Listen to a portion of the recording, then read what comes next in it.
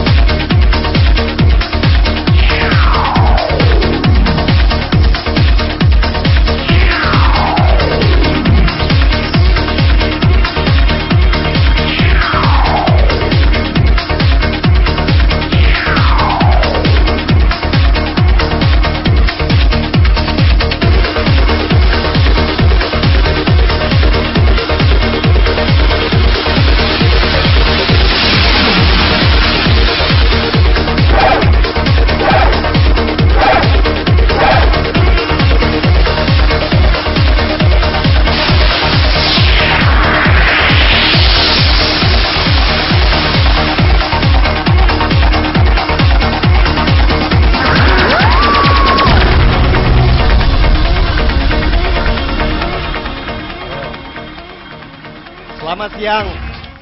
Seperti telah disaksikan tadi, dunia sudah sangat berubah. Kalau kita bicara mengenai perubahan dunia, koran, TV, kantor, bahkan bos kita bisa dimasukkan ke dalam kantong baju kita semua. Saya tidak heran kalau misalnya beberapa teman-teman karyawan di Bitel dan di FIFA sudah memasukkan saya ke dalam kantongnya setiap hari. Bahkan kalau sudah stres dan terlalu mengganggu, saya yakin nggak taruh di kantong kali, udah ditinggalin aja di kamar mandi atau gimana. Benar-benar itu semua perubahan menakjubkan menurut saya. Karena kalau kita ingat, dulu ukuran sebuah komputer itu bisa sampai sebesar sebuah kamar. Jadi dalam waktu yang singkat, perkembangan zaman, perkembangan teknologi itu membuat kita semua berpikir bahwa ini semua adalah kebutuhan dasar yang harus bisa dimiliki semua orang. Tapi sampai beberapa tahun yang lalu, memiliki ponsel itu masih menjadi bagi sebagian besar orang adalah suatu impian. Tugas kami di awal menciptakan Bitel ialah kami ingin merubah mimpi tadi menjadi kenyataan. Pada tahun 2005, ketika saya mulai menjadi CEO Bitel, telepon selular itu masih sangat mahal. Hanya ada 2 operator pada saat itu yang mendominasi pasar. Hari ini kami bangga dapat menyatakan bahwa mimpi tadi, bahwa semua orang bisa mempunyai ponsel, sudah terwujud dan nyata. Sebelum Asia muncul di tahun 2005, hanya terdapat 15% orang Indonesia yang memiliki ponsel. Jadi kalau kita bicara mengenai piramid, itu hanya di atas piramidnya, 30 juta orang yang paling mampu. Tapi sekarang setelah hadirnya Asia, sudah lebih dari 60% masyarakat Indonesia mampu untuk memiliki ponsel. Nanti saya akan ceritakan mengapa hal ini terjadi. Bahkan bukan maksud untuk arogan atau sombong. Tapi kita selalu mengatakan kayak misalnya di dalam suatu zaman ada before, BC atau kita mengatakan ada BE atau before Asia dan AE, after Asia.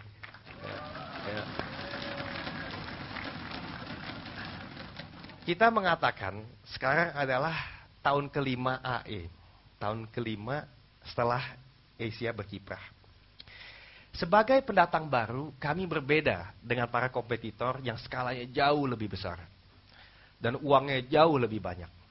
Bahkan terus terang aja saya sampaikan waktu saat itu, yang namanya Ratelindo itu ada di ajang kebangkrutan. Karena waktu itu terkena krisis yang sangat besar di tahun 97-98 seluruh Indonesia. Satu-satunya cara Bitel bisa bersaing bukan hanya dengan mengubah diri, tapi memastikan kita mengubah industri telekomunikasi nasional. Kompetitor kami bisa berubah kapan saja dengan cara apapun. Tapi kami harus sangat selektif dalam berubah. Kami harus berubah dengan hati dan hati-hati. Karena memang kita punya sumber daya jauh berbeda dengan kompetitor-kompetitor yang lebih besar. Bagi kompetitor kami, perubahan itu penting untuk meningkatkan keuntungan perusahaan semata. Tentunya hal itu penting, apalagi kita perusahaan publik. Akan tetapi kami berubah dan berusaha mengubah industri untuk mewujudkan sebuah misi dan keyakinan bahwa telekomunikasi adalah hak asasi setiap rakyat Indonesia.